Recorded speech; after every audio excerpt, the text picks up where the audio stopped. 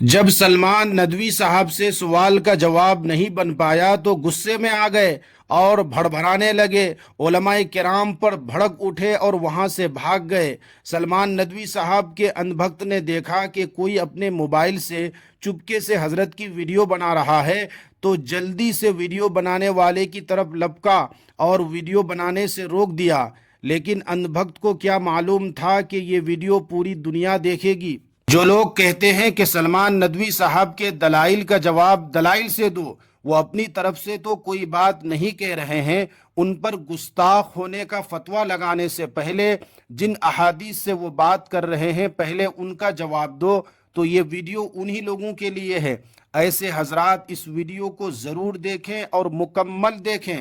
پھر کوئی اشکال ہو تو کریں، انشاءاللہ اس اشکال کا بھی جواب دیا جائے گا۔ دوستو، یہ واقعہ دراصل بنگلور شہر کا ہے۔ ویڈیو میں بنگلور شہر کے چند علماء نے سنجیدگی کے ساتھ خیر خواہانہ جذبے سے آپس میں مل بیٹھ کر سلمان ندوی صاحب سے ان مسائل پر بات کرنا چاہا۔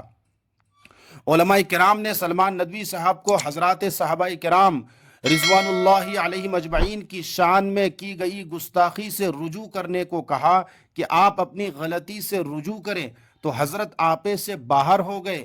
غصے سے تلملا اٹھے، جبکہ اس نشست میں مفتی صاحب نے سوال کیا تھا کہ آپ جن حدیثوں کو رکھ کر حضرات صحابہ کرام رضوان اللہ علیہم اجمعین پر طعن و تشنیع کا بازار گرم کیے ہوئے ہیں، کیا ان میں کہیں بھی حضور صلی اللہ علیہ وسلم نے صحابہ کے نام کی صراحت کی ہے؟ کیا قرآن انہیں رضی اللہ عنہم ورضوا عنہ نہیں کہہ رہا ہے؟ کیا قرآن انہیں اولئک هم الصادقون نہیں کہہ رہا ہے؟ اس سوال پر سلمان ندوی صاحب جواب دینے کے بجائے بھوکلا کر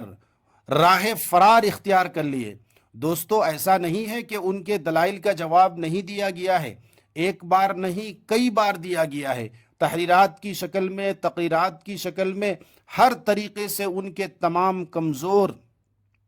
دلائل کا باحوالہ اور مستند جواب علماء حق کی طرف سے دیا گیا ہے، اور سلمان صاحب ایک آدھ بار رجوع بھی کر چکے ہیں، لیکن پھر کچھ ہی دنوں بعد اپنی پرانی چال چلنا شروع کر دیتے ہیں۔ دوستو، سلمان ندوی صاحب جو کہ کبھی نہ کبھی صحابہ کرام کے خلاف زبان درازی کرتے رہتے ہیں اور موضوع اور ضعیف احادیث کا سہارا لے کر کبھی حضرت ابو ہریرہ رضی اللہ عنہ جیسے صحابی رسول کی شان اقدس میں گستاخی کرتے ہوئے ان کو درباری مولوی اور سرکاری ملا کہتا ہے، تو کبھی کاتب وحی سیدنا امیر معاویہ رضی اللہ عنہ کی شان اقدس میں گستاخی کرتے ہوئے ان کو اس امت کا فرعون بتلاتا ہے، کبھی حضرات شیخین یعنی خلیفہ اول سیدنا ابو بکر صدیق رضی اللہ عنہ اور خلیفہ دوم سیدنا عمر فاروق رضی اللہ عنہ کو غاصب بتاتا ہے، کبھی یہ کہتا ہے کہ صحابہ کی جماعت میں کچھ بدماشوں کا ٹولہ تھا، تو کبھی کہتا ہے کہ خلافت کے اصل مستحق حضرت علی تھے۔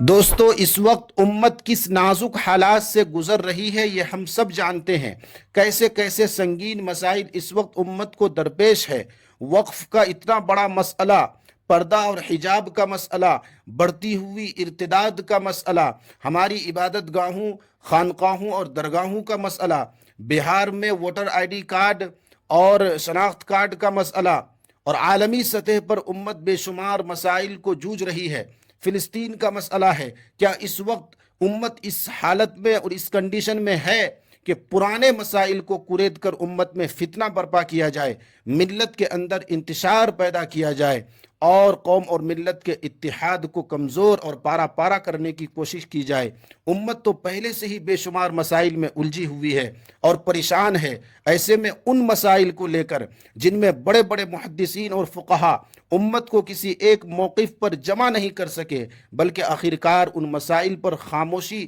اور سکوت اختیار کرنا ہی اپنے لیے اور امت کے لیے خیر سمجھا، لیکن سلمان ندوی صاحب انہی پرانے مسائل کو ہر سال خاص طور سے محرم کے موقع پر نئے طریقے سے اٹھاتا ہے اور امت میں فتنہ اور انتشار برپا کرنے کی کوشش کرتا ہے۔